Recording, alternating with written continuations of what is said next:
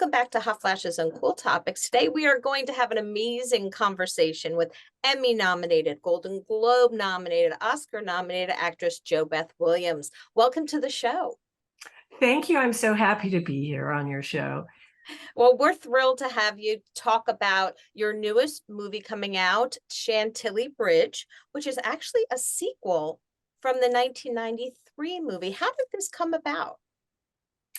Well, both movies are very dear to my heart because they are done by women, and there are virtually no men. There's one man in the first one, but we don't ever really see his face. He's the pizza boy. They both came out of our brilliant director, writer, producer, Linda Yellen. She and I were at a party here in Los Angeles, these 30-something years ago, and we were talking about how hard it was for women over 40 in our business to, not only for actresses, but also for directors. And Linda is a wonderful director. And we talked about how wonderful it would be to be able to create a movie that had only actresses in it. And lo and behold, she came up with this idea for a movie called Chantilly Lace. And it was 7 actresses, wonderful actresses. It was mostly improvised, although there was a structure, a Bible, if you will, that was created by Linda. We got to have input on our own characters and our own relationships to each other. And it was about a group of friends.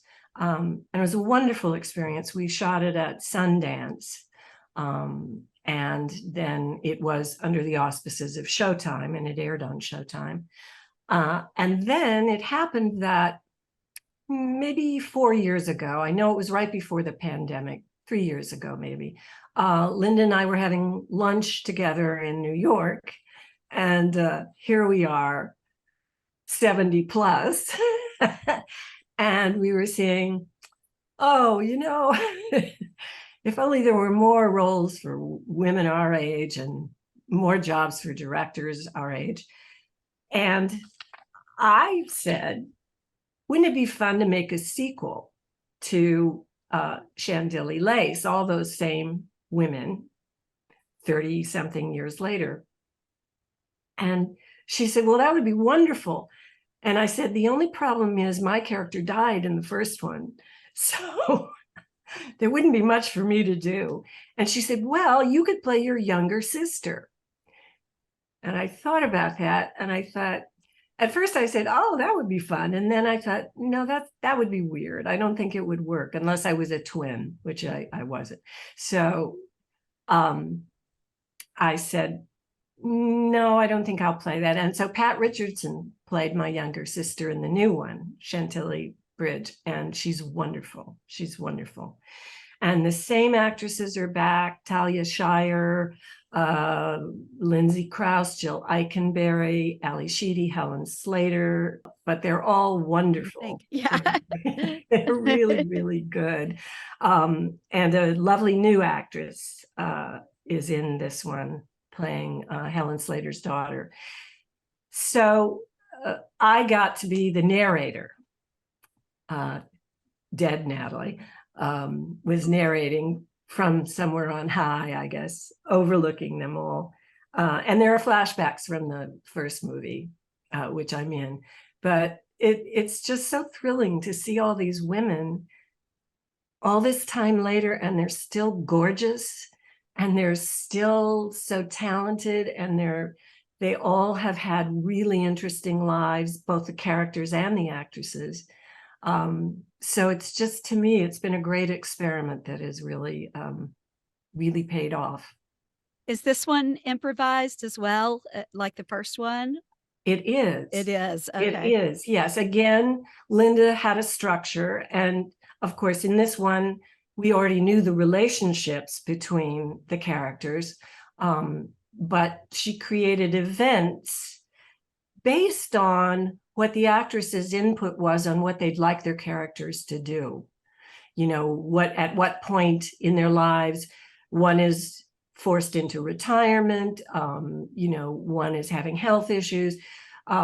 So they all got to kind of pick what jobs they had and what had happened in their lives. And then she created a sort of structure around that. And then they and I, in the first one, improvised. I did not improvise the narration because it was important that it really be precise because it's also involved in editing the movie together. So that Linda wrote for me, and I think it's a beautiful movie, and it's going to be streaming starting April 14th in a lot of places. So that's very exciting. Since you were narrating, were you able to be on set at all, or was that done remotely? It was done remotely pretty much after the shooting. I think during the shooting, she did send me a few pieces and asked me to just record them, not to be used, but just so they would have an idea of what I would be saying. But I was not with them. They were in upstate New York in December. And I felt that I wasn't really needed in the middle of the ice and the snow in a cabin. Although a very luxurious cabin. But so I did not go for the shoot. I was only involved after. Well, I think that probably made it seem more real, because if that were the situation, if they were thinking about you, missing you in the movie, that would make it seem more real if you weren't on the set. I don't know. That's just what I'm thinking.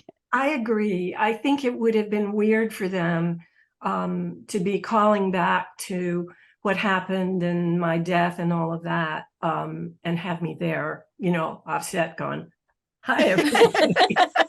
So I think it was probably for the best. Yeah. We have spoken with some amazing, we call them primetime women, when we talk to actresses over 50 that are still very active in their field. Women like Linda Pearl and Bess Armstrong and several others that really have stayed consistently working throughout their careers. Do you find that there are more opportunities now opening up for women of our 50 plus demographic in movies and Netflix and TV? I do. I really do. I'm very grateful for that. I mean, there's much more content now, thanks to streaming. And television particularly really opened the doors for women. And now films are too. And then we have, wonderful people like Reese Witherspoon, who is creating brilliant content, and with her company, Hello Sunshine, for women. She's surrounded by women in her office. She loves working with female directors and writers. So I think things have changed. You look at 80 for Brady, and you look at those women who have just held on and stayed strong and in the center of things. And it's, they're so to be admired. And I feel like those kind of women have really helped us all become more acceptable as we age. Yeah, and just look at the Academy Awards this year. Look at the female lead actress, Michelle Yeoh. Yeah, and look at Jamie Lee Curtis winning these awards. That was a great feeling. And just the speech that Michelle Yeoh made, using the prime women right back in it. Just don't let anyone tell you that you're past your prime. And you also do a lot of work with SAG, with the SAG Foundation. Can you talk a little bit about the SAG Foundation and what it does? Well, I was president for, I think about 11 years of the SAG. It's now the SAG-AFTRA Foundation, since our unions merged. And it is a charity that helps actors in our unions in need.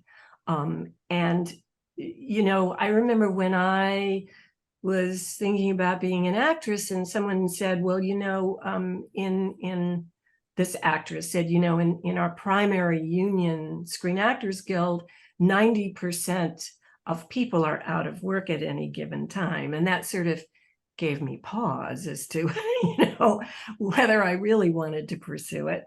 And so I think most people think that all actors make a lot of money and it's a very glamorous life. And that is only true for really a very small handful. Even people who are famous and who you see on television and all of that, many of them go through periods where they can't get work, or they are ill, or disaster happens, hurricanes and earthquakes. And we have members all over the country, actually all over the world now.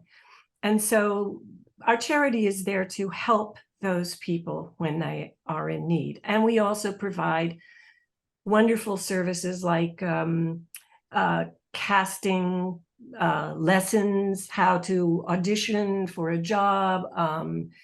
You can come to the SAG-AFTRA building, and we have recording studios where you can record auditions or learn to use microphones and, how to Zoom and all of that kind of stuff. So we have classes too that are all free.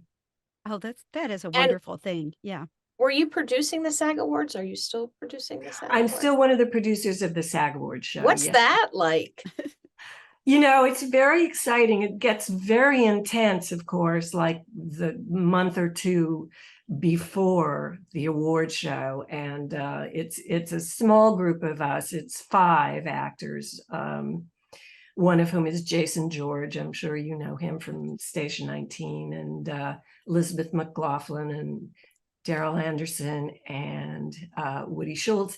And so we are all on standby constantly for the run up to the show, because we have to make all the decisions about, okaying who will be presenting, and okaying who is going to be our director and who is going to design it, and okaying the designs, and what will the tables look like, and what kind of food will be served. So it's fun. It's fun, but it does get very intense. I would imagine. Yeah, sounds like a lot of work. Yeah. And for free. Right. And you don't get paid. Yeah. You have worked with some absolutely incredible ensemble casts.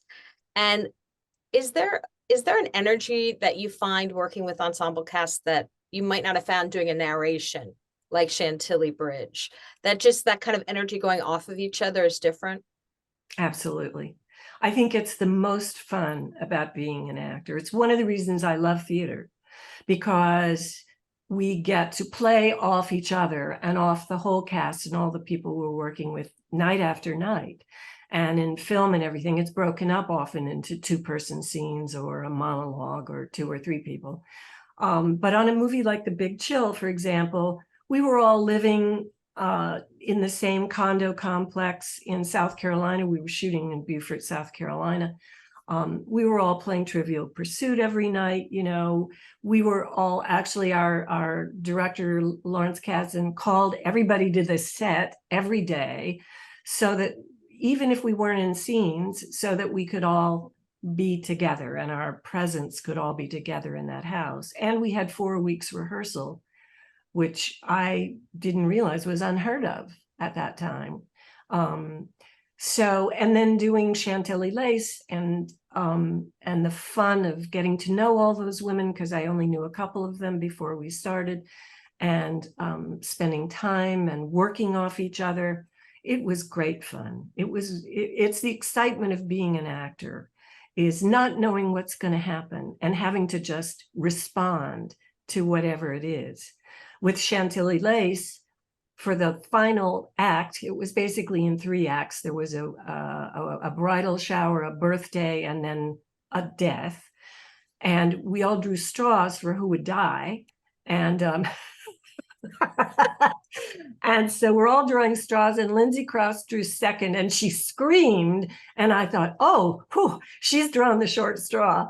No, she was just so relieved that she hadn't. So I then drew the short straw, and I had 10 minutes to go off and figure and make a goodbye video to all of my friends, decide how I died, why it was now, what I wanted to say on the video.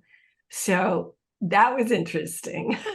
But you never know, in those kind of situations, you'll never know what'll be thrown at you. And that's the fun of it. Yeah, you've been in such classics like Poltergeist and The Big Chill. Did you know while you were making those movies that those would become such big hits and have still such a great following, like something that people watch every year? No, we didn't have a clue. I mean, when Craig Nelson and I were making Poltergeist, we would, because of course we didn't know what the special effects were going to look like. So we're just kind of screaming at a stick that Steven Spielberg or Tobe Hooper, our director, were holding up. And we didn't know what it was going to be. And we'd kind of look at each other and go, well, this will probably go straight to the drive-in. I mean, we did figure that with Steven Spielberg writing it and producing it and being so involved that it would get some attention, but we had no idea it would be a big hit, or that years later people would still be watching it. And the same with The Big Chill. It was a little movie nobody wanted to make. It was turned down by 7 studios. And then finally, Johnny Carson's production company said, well, we'll get involved. And so we thought we were making this little movie that maybe a few people would see. And it wasn't until it was shown at the Toronto Film Festival and it won the People's Award for that is popularity, that we realized that people really did want to see it. And I think the studio was very surprised too that it did as well as it did. But I love that it has really, people still watch it. In fact, here in LA, the Movie Channel is doing a film festival and they're showing The Big Chill in celebration of its 40th anniversary, which is very fun. Wow. To me, I'm like, that's really been 40 years. Well, even when you said 1993 was 30 years, I was like, what? Oh, I was like, she's yeah, right. it is. That's all. Yep. Okay, that would be correct. It sneaks up on you. It sure does. Yeah. Did anything weird happen on that set with Poltergeist? Like, did anything creepy happen on it? I'm so curious to know. Well, yeah, I mean, I think when you're doing that kind of movie, it's, you tend to be a little frazzled anyway. And it was a very hard, for me, very hard physically, the shoot. I learned that when you read a script, don't ignore the stage direction that says Diane falls into a muddy swimming pool with skeletons. Because when I first read the script, I kind of went, oh yeah, okay. Well, then it was days and days in the mud. And I thought that the skeletons were props. I thought they were made by the prop department, but I found out some years later that they were actually real skeletons. And I thought, if I had known that, I don't know if I could have gotten into that mess. Yeah, that was always a rumor, but I never knew for sure Well, now if you that do. was true. And I'm like, now I've heard it from the person. From the source. Yes, Oh my God. yes. Another show that you did that really stuck with me was Adam. And you were Emmy nominated for that. And that was about a child who was kidnapped and found located after. But that kind of was right before all the news about child kidnapping came out. How hard was it to do that film? It was really, really hard. First of all, because we were playing real people. Dan Travanti and I were playing John Walsh and Reve Walsh, his wife, the parents of Adam Walsh, who had been through that and who had their child's body found in another area, decapitated. I mean, it was really painful to do it. I wasn't a parent at the time, but and of course we felt a real obligation to these people that we were playing to be as truthful to them as we could. So it was very, very hard and painful to do. John Walsh was around a lot. Reve was around some, but John was around, and we got to know him, and he was very intense, but he was very together and, wanted this to be done because he was driven by this.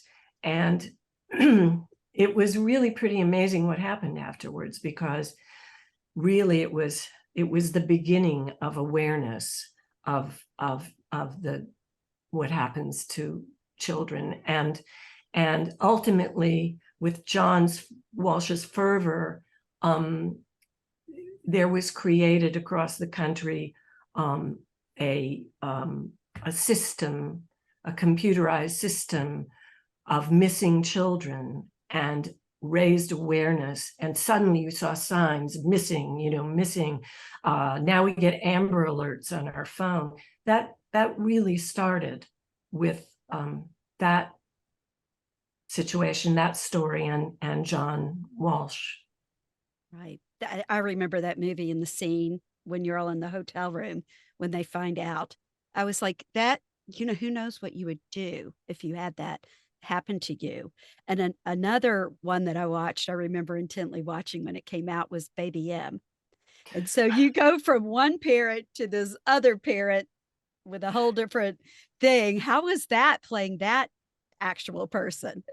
That was wild. That was strange. Because at that time, she was so, she was on the media all the time, Mary Beth Whitehead. And so I really felt that I had to be true to what we knew from the publicity of who this woman was. Also, at the same time, I was trying to get pregnant. Oh, wow. And so it was very strange to be playing this woman who agrees to be a surrogate and give up her baby, and then changes her mind. And it was, I felt really kind of torn between, the family whose egg it was, whose sperm it was, and her, and in my own life, what was going on. So, sometimes things just come together in a certain way that make it even more difficult. Wow. It makes it But really intense. interesting. Yes, very intense. Yeah. Mhm. The way that celebrities have been in the 80s and 90s, we have spoken to several that say we're so glad that they didn't have social media back when we were really hitting our stride. How is it different for the actors that you work with now that are a little younger, coming into this space of popularity? Do you have advice for them? Do you just kind of look and go, turn off the social media, don't go down that road? I have worked, particularly on a couple of television shows I did with casts who were much younger than I was.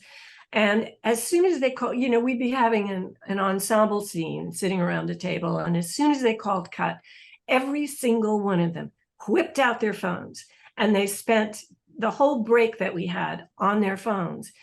And I started to think, it seems to me you don't have the kind of connection that we had before with our fellow actors, because there's a barrier. You're going into another world on your phone. I am not good at social media. I find it intrusive. I don't particularly enjoy doing it. But I'm an old fogey, and I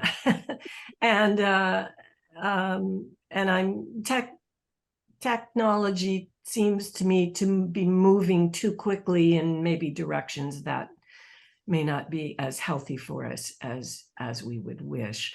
And I think for young actors, it's hard for me to see people who are influencers get the same attention as people who have worked and studied acting and are brilliant actors.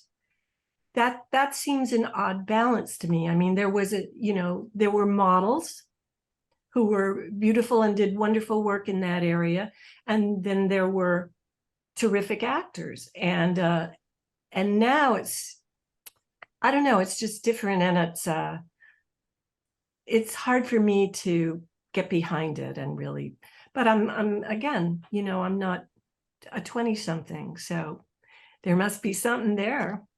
We I kind worry. of don't understand either. Yeah, I worry about the mental health. I worry about the bullying and what it does to people. So that I feel like that's a big concern. And you're yeah, exposed. You're Right. exposed. And, for so many years, we all tried to maintain our privacy, and not, because there are stalkers and there are strange people out there. And, actors and actresses have had to deal with that. And so it just seems like now you're really exposed, and you're exposing detailed information about your lives, which I don't particularly want to have out there. yeah. Not that anybody's interested, but you're so exposed, and it could be somebody, you're just walking down the street and somebody has their phone Right. and they're taping something of someone or their child, or something like that. I think that's got to be really hard, that whole other element.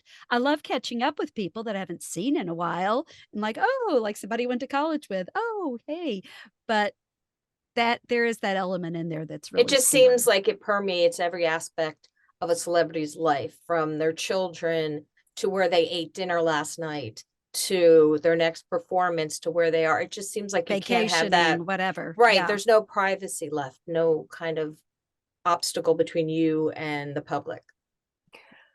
Yeah, I feel that way. And yet I also know that there are certainly a lot of actors who use that as a way of maintaining being in the public eye, which does help them with, when you can say, I have 2 million followers, then companies looking to make money, which of course every studio, every part of our industry see that, and they go, okay, well, there's our free publicity right there. So it's an interesting conundrum, actually. It is. Yeah. So with Chantilly Bridge coming out streaming April 14th, what's next for you? Do you get the opportunity to kind of pick and choose what you do now, or are you always looking for the next project or adventure? Well, I'm in the fortunate position of not having to work to support myself. So because my husband has worked very hard too, he's a director. So I can be pretty choosy. It's not like I'm being thrown 8 million film scripts every year, but I am doing a movie. I was just offered a movie that I'm going to do in June, shooting in Malta. I'm going to play Zachary Levi's mother in a film that is a true story called Not Without Hope. And Joe Carnahan has written and is directing it. And it's a lovely script based on a book about this event where 4 guys, including 2 former football players who were very well known, go out off the coast of Florida and have a problem with their boat. And then a storm comes, and it's about that situation. And the storm was so bad, people couldn't rescue them. And so I play his mother. He's the lead guy who is, trapped on the boat. And Pierce Brosnan is in it too. And I'm really looking forward to doing that. And then before that, I'm doing a play here in LA, written by a woman named Sandra Tsing Loh, with 4 women, Mary Lou Henner, Caroline Aaron, Melanie Mayron, and myself. And we've been working on it via Zoom and now finally in face-to-face for the last 2 years. And so we're going to be doing it at a theater here in LA. And I'm really looking forward to trying it out and seeing what the audience response is to it. Oh, that'll be, we've interviewed Mary Lou Henner. She's great. She's lovely. That's wonderful. Yeah. She's amazing. I mean, she is. I know. We were so nervous. We're like, she will remember every question that we asked her. Yeah. Make but- sure they work. She'll remember it. yeah. So it sounds like you really love stage work. I do. I mean, that I started in theater, you Mhm. know, I mean, of course, in high school plays and college plays, but then I went into a repertory company for 3 years. And then I did theater in New York, and other repertory theater. And my first movie was Kramer versus Kramer, which was so exciting and so stunning to me that I got a film. But I have continued to do theater throughout my career because it's really my first love. Well, we wish we were in LA in the I next know. couple, because we would well, love to come see it. My son lives there, so maybe I'll have to go. What is the name of the play? It's called Mad Women of the West. Okay, I'm writing it down. If I'm in, maybe I can go see it. Oh, Okay. wonderful. Of the West there. Best of luck on the play and Chantilly Bridge. And we so appreciate you taking the time to talk with us today. Thank you. It was really a pleasure to talk to you. And Thanks. see you again, I hope. Yes, I hope so. Absolutely. Absolutely.